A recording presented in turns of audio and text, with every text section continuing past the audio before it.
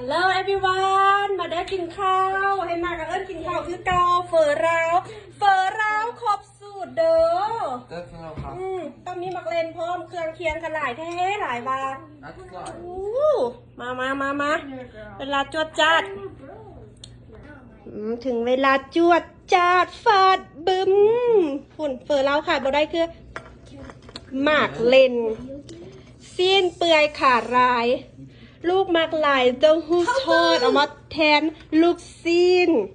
เคียบหมูฮักใส่ปีนไก่ลงไปโอ้ยบรรยายเป็นตาแซ่บพอน มักอย่างกระใส่ลงไปนี่เห็นบอได้มิกซิ่งได้ปรุงได้แบบดีไซน์เองเลยมักอย่างกระใส่มักหน่อยมักลายกระใส่กินยูงั้นยูซานโอ้แซ่บแบบตามใจแม่เจ้าเธอระเอ้ย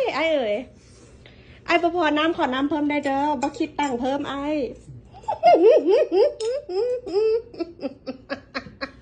ได้ยิ้มไป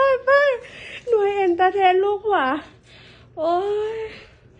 ผลึกบ่นี่ขาลายเปื่อยเด้อแซ่บใดเพิ่นวะแต่ว่าผู้สาวขาลายนี่โอ้ยพายเพิ่นวะสิ้นขาลายนี่โอ้แลนทรายพ่วงตัว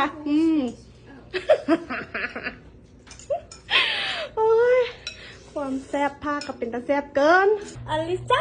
ซากีกล้วยสุกละเด้อ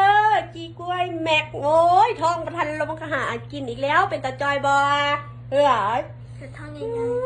หอมแซ่บท้องใหญ่ๆสิได้ไปช้อปปิ้งซื้อเครื่องไม้ชอบสาวหอมฮ้อนยังฮ้อนอยู่เอาหนีบเด้หนีบละอันน้ำเสื่อมลงเป็นน้ำหวานที่คือน้ำหวานมันต้นนี่